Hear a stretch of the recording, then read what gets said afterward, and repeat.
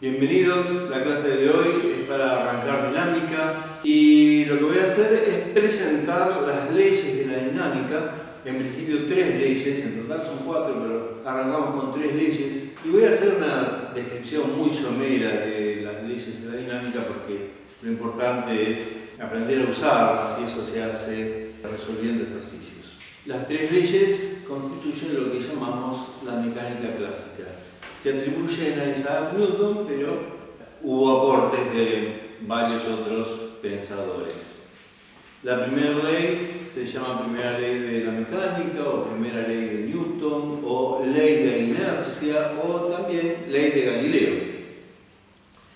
Y lo que dice es que si un cuerpo no recibe ninguna fuerza, eso se puede simbolizar así, fuerza igual a 0.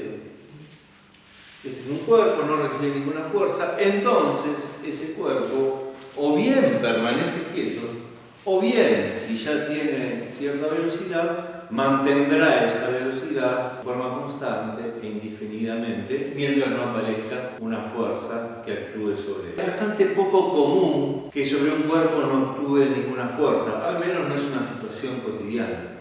Pero sí es muy común que actúen varias fuerzas, si lo pongamos 1, 2, 3, 4, que actúen varias fuerzas, pero que la suma de todas ellas, o la sumatoria de todas ellas, se anule. O sea que la resultante valga 0.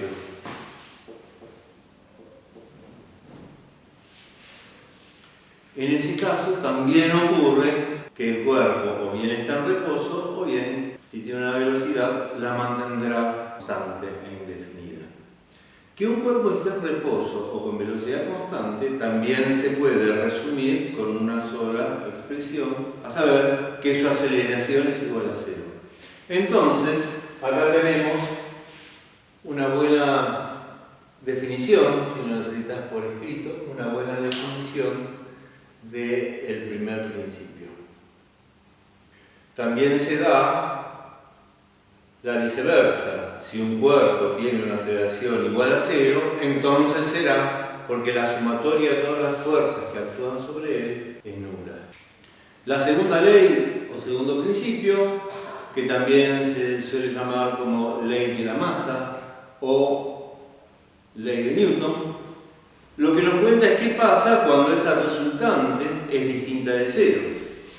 Y lo que dice es que cuando la sumatoria de fuerzas es distinta de 0, a las fuerzas vamos a ponerle el símbolo de vector sobre la inicial que la designa para resaltar la idea de que las fuerzas son vectores.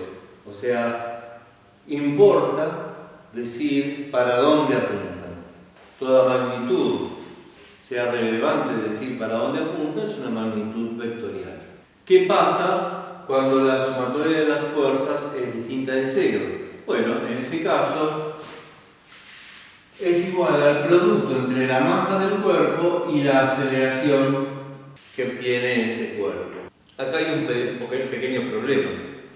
No definimos qué eran las fuerzas, tampoco definimos qué son las masas. Y sí, ese es un problema. El mismo Newton lo advirtió, de hecho se murió preocupado por esta falta de definición.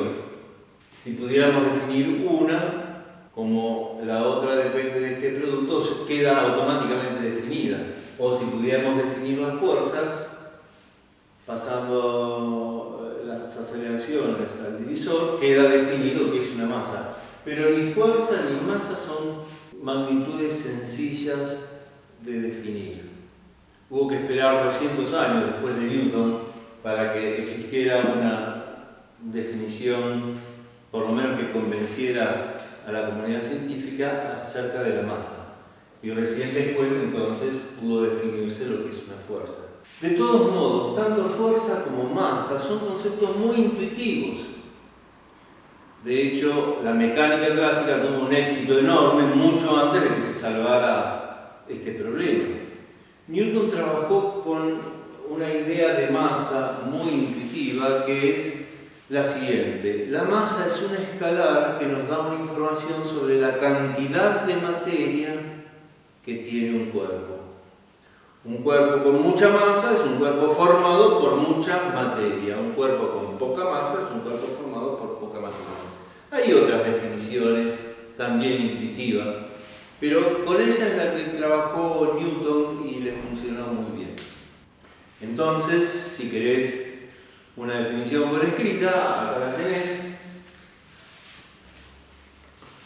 Y valga esta advertencia. En muchos libros de texto figura, incluso lo vi escrito en remeras, una definición de la segunda ley simbolizada así. Eso está mal, porque la ley no habla de cualquier fuerza, solo habla de la fuerza resultante, o sea, de la suma de todas las fuerzas. Hay libros de texto donde figura así y después en la última página, la letrita chica, dice que esa fuerza es la resultante. Bueno, el daño ya está hecho. Eso genera la falsa idea de que para cada fuerza hay una aceleración. Y vos sabés que eso no es así. La aceleración es una característica cinemática de los cuerpos. Son los cuerpos los que aceleran o no aceleran. Y si aceleran, aceleran para allá, para acá o para ahí, con cierta intensidad. No las fuerzas. Entonces, tened cuidado, la segunda ley de Newton habla de la aceleración de los cuerpos y de la resultante de todas las fuerzas que actúan sobre el cuerpo. La tercera ley o tercer principio, también llamado de acción y reacción, nos dice que cuando un cuerpo realiza una fuerza sobre un segundo cuerpo, el segundo automáticamente, indefectiblemente, realiza una fuerza sobre el primero. Y esas dos fuerzas, ya sea de atracción o de repulsión, son iguales en dirección, iguales en módulo, o sea, tienen la misma intensidad y sentido contrario. Una buena formulación, la tenés ahí con su definición. Los tres principios, actuando en conjunto, logran una descripción muy acabada y muy abarcativa del universo. Nosotros vamos a hacer ejercicios de dinámica utilizando los tres principios, pero la parte operativa va a recaer en el segundo principio. Sumatoria de las fuerzas igual a masa por aceleración. Como ves, con esa simple formulación, anticipamos que el álgebra de todos los ejercicios que vamos a tener que resolver en dinámica es mucho más sencilla que el álgebra de la cinemática, donde había ecuaciones largas de 3 términos, algunos cuadráticos, etc. Esto va a ser mucho más sencillo porque en el primer término siempre tenemos una simple suma y en el segundo término es un simple producto entre dos factores. Esa va a ser toda la dificultad algebraica. Entonces, ¿dónde va a estar la dificultad de la dinámica? La dificultad de la dinámica aparece en las fuerzas. Porque las fuerzas no son entes corpóreos que uno puede detectar. Muchas veces hay que deducirlas, inferirlas a partir de datos o de comportamientos. Y para hacer ese trabajo tenemos una herramienta muy importante que se llama diagrama de cuerpo libre, algunos lo llaman diagrama de cuerpo desvinculado, en el que separamos al cuerpo, por ejemplo, sea un chabón, y lo desvinculamos de su entorno. Y sobre él dibujamos todas las fuerzas que estén actuando.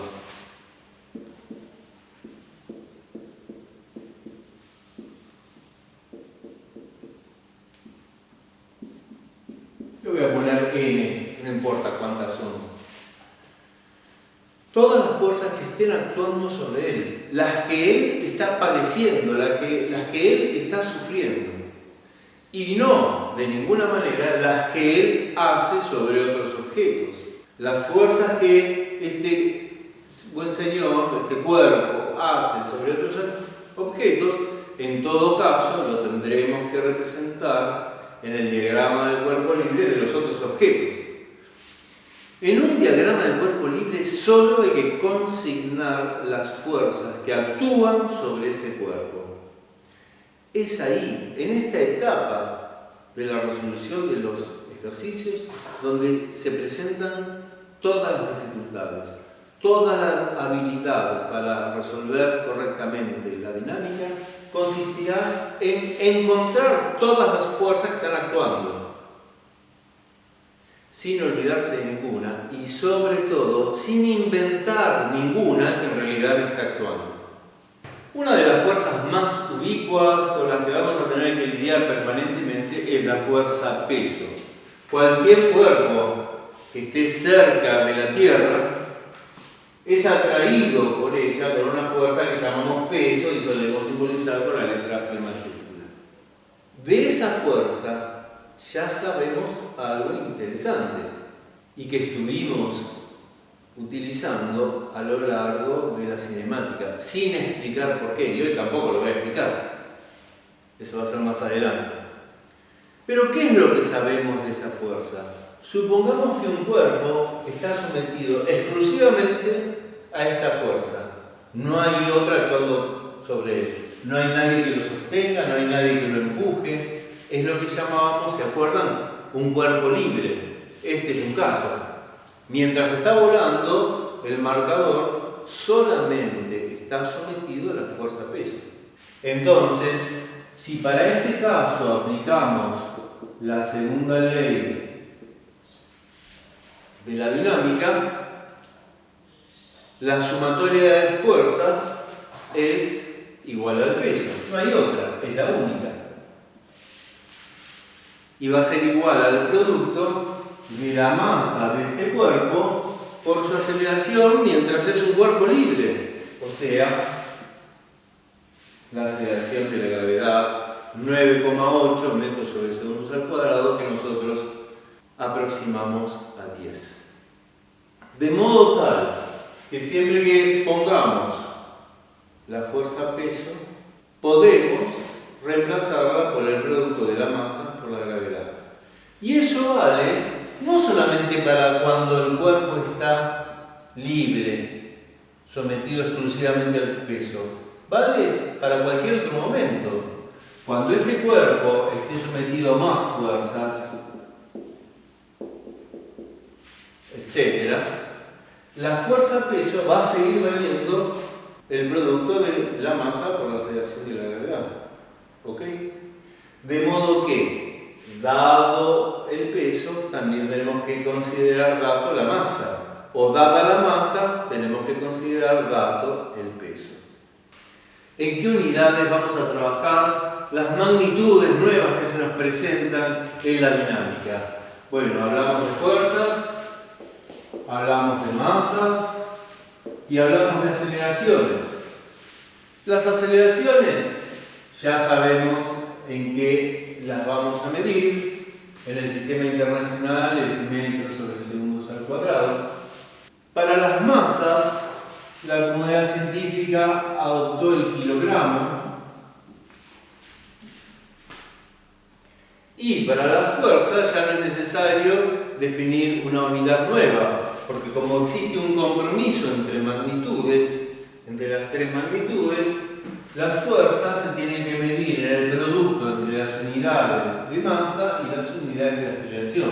Así que las unidades se van a medir en kilogramos por metro sobre segundos al cuadrado. Para hacerle un homenaje a Newton, a este grupo de unidades lo llamamos Newton y lo simbolizamos con la letra N.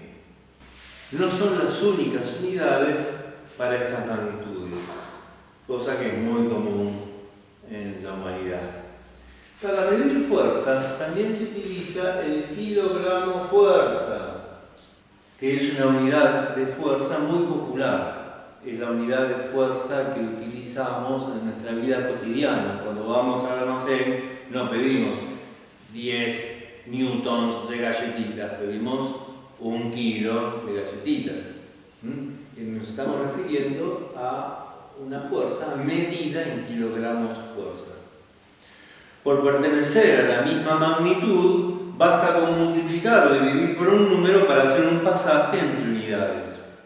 Y es muy sencillo. Para pasar de kilogramos a newtons hay que multiplicar por 10. Y para pasar de newtons a kilogramos hay que dividir por 10. Esto fue solo una presentación de los elementos nuevos, las magnitudes nuevas con las que vamos a trabajar en dinámica.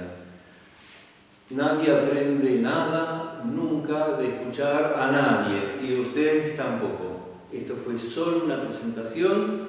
¿Y cuándo vamos a aprender? Cuando empecemos a resolver ejercicios.